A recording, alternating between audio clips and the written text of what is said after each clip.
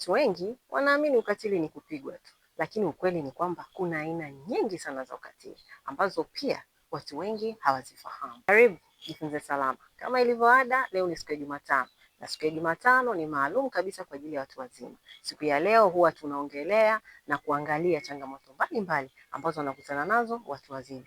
Kwa hiyo kwa siku ya leo tutaenda kuangalia aina za ukatili ambazo zinawakumba ama pengine zimewahi kukupata hata wewe unayeniangalia bila wewe mwenyewe hata kujua. Tutaenda kuangalia aina tofauti tofauti za ukatili kwa watu wazima. Kwanza kabisa tutaanza na ukatili wa kingono. Ukatili wa kingono ni aina ya ukatili ambayo inahusisha kumlazimisha mtu kufanya mapenzi pasipo ridhaa yake. Na ndani ya ukatili wa kingono kuna viaina tofauti tofauti, lakini kwa leo mimi nitaenda kuangalia ama nitaongelea viaina viwili ndani ya huo ukatili wa kingono. Ndani ya ukatili wa kingono kuna kubakwa, lakini pia kuna kulawitiwa. Tunaposema kubakwa ni ile hali ya kulazimishwa kufanya mapenzi pasipo ridhaa. Hiyo ni kubakwa. Na tunaposema pasipo ridhaa inamaanisha kuwa pasipo muhusika kukubali ama kutoa ruhusa ama anafanyishwa mapenzi pasipo matakwa yake, hiyo anakuwa amebakwa. Lakini tunapoongelea kulawiti, kulawiti ni kitendo cha kulazimishwa kufanya mapenzi pasipo ridhaa, lakini kinyume na maumbile. Unaweza pia ukahusisha hata ile kulazimishwa kuangalia picha ama video za kingono. Hiyo pia ni ukatili wa nini? Wa kingono. Lakini aina ya pili ambayo tutaiangalia ya ukatili kwa watu wazima ni ukatili wa kiuchumi. Sasa ukatili wa kiuchumi ni aina ya ukatili ambayo unakuta mtu ananyimwa au anadhibitiwa kujiingiza katika shughuli yoyote ama biashara yoyote ambayo itakuwa inamuingizia kipato. Mfano inahusisha ile hali ya kumkataza mtu asiajiriwe au asifanye biashara yoyote ambayo mwisho wa siku tu yani atapata kipato fulani ambacho kitaweza kumkidhi. Lakini pia inahusisha ile hali ya kumnyima mtu fedha kwa ajili ya yale matumizi yake ya msingi labda nyumbani. Kwa mfano familia nyingi unakuta baba ndo anafanya kazi, mama yuko nyumbani. Sasa kwa hali ya kawaida tunatarajia au tunategemea kuwa huyu baba lazima atoe fedha kwa ajili ya matumizi ya msingi pia ya mke wake, hata mavazi, chakula na vitu vingine mbalimbali. Sasa kama huyu mwanamke hapewi vile vitu vya msingi kwa ajili ya matumizi yake au kwa ajili ya vile vitu vya msingi, hapa na kazi ya jamani, vitu vya msingi yani yale mahitaji ya msingi kwa maana zile basic needs ndo nazoziongelea hapa, basi huo utakuwa ni nini? Ni ukatili wa kiuchumi. Lakini vile vile ukatili wa kiuchumi unahusisha hata ile kulazimishwa kuuza mali yako ama kuuza vitu vyako pasipo ridhaa. Tunajua unakuta kwenye familia na mara nyingi hii inakuwaga ni kwa wanawake, kwa sababu kwa kuangalia kwa uzoefu ni kwamba ukatili huu wa kiuchumi mara nyingi unawakumba wanawake, kwa sababu inawezekana ikawa ni kutokana na mila na desturi, labda kwa namna tulivyolelewa na toka huko nyuma, jinsi ambavyo tulikuwa tunaishi kabla hata ya haya maendeleo ya sayansi na teknolojia kuja. Wanaume wengi walikuwa wanaamini kwamba mwanamke ni mtu ambaye anapaswa kukaa nyumbani, hamna kufanya kazi, anapaswa yeye kuhudumia watoto na nini. Kwa hiyo kuna baadhi bado ya wanaume ambao bado wanaamini kwamba mwanamke anapaswa kufanya nini? Kukaa nyumbani. Lakini pia hata akiwa na mali zake kwamba ni jukumu la mwanaume kumtolea maamuzi nini afanye juu ya zile nini mali zake. Kwa hiyo pia huo ni ukatili wa kiuchumi, kwa sababu pale inatakiwa kuwe na makubaliano. Hata kama mnaishi pamoja, kama na yeye ana mali zake, ni jambo jema tunaweza tukasema kama na yeye akihusika katika kutoa maamuzi ya endapo muuze ama msiuze nini zile mali zake. Lakini pia ukatili wa kiuchumi unahusisha hata kile kitendo cha, kuna baadhi pia ya wanaume anaweza akamruhusu mke wake akafanye kazi lakini hatumii mshahara wake, lakini kile kipato anachokipata kwenye biashara ama katika ajira yake anakuja mume wake ndo anakipangia matumizi, kwamba hakuna kutumia unatumia cha nini wakati ndani mimi natoa kila kitu, chakula natoa, sijui nalipa ada, nafanya hivi na hivi na hivi, wewe mshahara wako wa nini? Kwa lete hapa, mimi ndo nitapanga matumizi. Jamani, huo pia ni nini? Ni ukatili wa kiuchumi.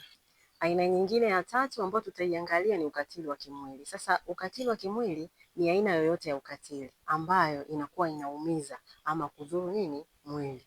Kwa hiyo kitu chochote tu ambacho kitaleta maumivu kwenye mwili wako au kitaleta majeraha, basi huo ni ukatili wa kimwili.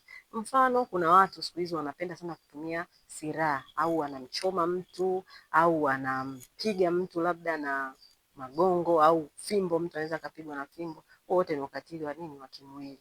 Ama pengine kuna watu ambao wanamwagiwaga maji ya moto, unakuta ameungua uso mzima au ameungua sehemu za mwili. Huo ni ukatili wa nini? Wa kimwili. Lakini pia inahusisha hata ile kuburuzwa ama kunyongwa ama kukatwa viungo. Hizo zote ni aina tu au mifano ya ukatili wa nini? Wa kimwili. Aina nyingine ya ukatili ambayo tutakwenda kuiangalia ni ukatili wa kimtandao au tunasema ukatili wa kidijitali. Hii ni aina ya ukatili ambayo inahusisha simu kupitia mitandao ya kijamii, ambapo kupitia hiyo mitandao ya kijamii mtu anatukanwa, anadhalilishwa au anapokea vitisho. Mfano, kuwatukana watu kule mitandaoni, huo ni ukatili wa kimtandao. Ama kumtishia mtu kupitia mitandao au simu. Kuna watu wanapiga kabisa simu, wanasema ukifanya hivi na hivi nitafanya hivi na hivi. Hiyo ni ukatili wa kimtandao. Ama kusambaza picha ama video za mtu bila ruhusa yake, na mara nyingi inakuwaga ni zile picha au video ambazo zinakuwa ni za kudhalilisha au za kumdhalilisha huyo mtu. Huo ni ukatili wa nini? Wa kimtandao. Lakini pia kufungua akaunti bandia kwa jina la mtu fulani wakati kwa uhalisia sio yeye, na kuanza kuposti au kutuma au kuweka maudhui ya vitu mbalimbali ambavyo pengine ni kinyume labda na sheria za nchi, lengo likiwa ni kumdhalilisha tu huyo mtu. Huo pia ni nini? Ni ukatili wa kimtandao. Kwa hiyo pia sasa hivi kuna wimbi kubwa sana ambapo watu wanapitia huo ukatili wa kimtandao. Nadhani wote ni mashahidi. Mtu anaweza tu akaweka kitu chake kwenye mtandao, labda akaweka picha au akaweka video yake pale.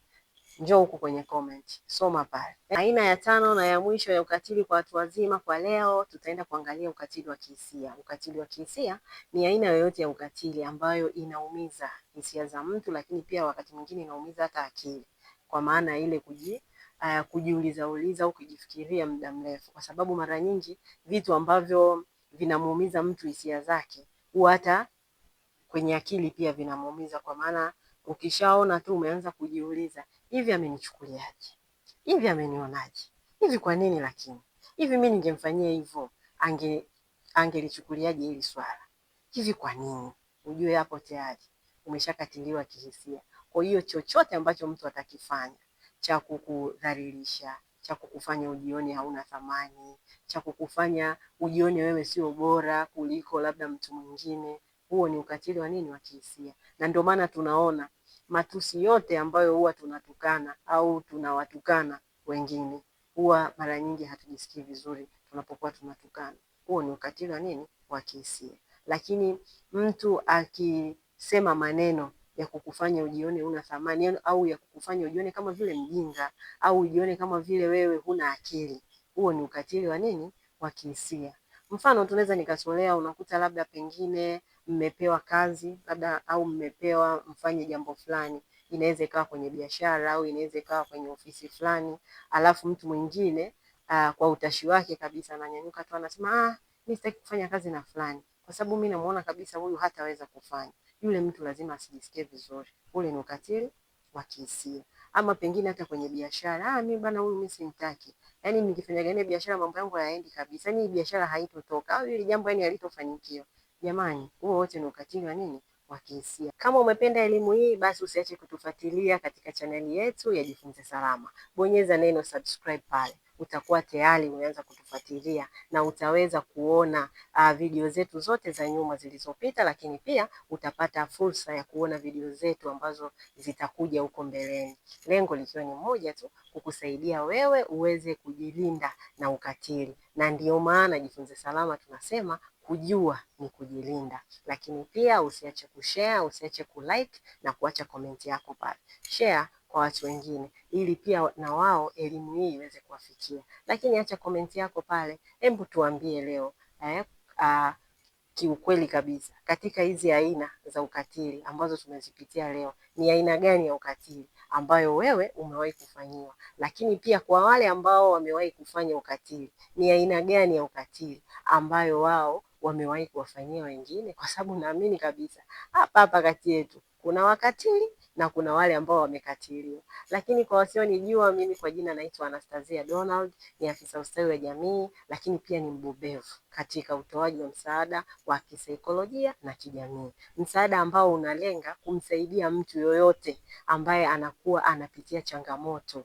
na msaada huo unakuwa umejikita katika kumsaidia huyu mtu kisaikolojia, kwa maana ya kiakili, na kiakili msaada unamsaidia huyu mtu kwa maana ya mawazo yake na hisia zake. Lakini kijamii, msaada unamsaidia huyu mtu kuimarisha mahusiano yake kati yake yeye na ndugu, jamaa na marafiki ambao wanamzunguka.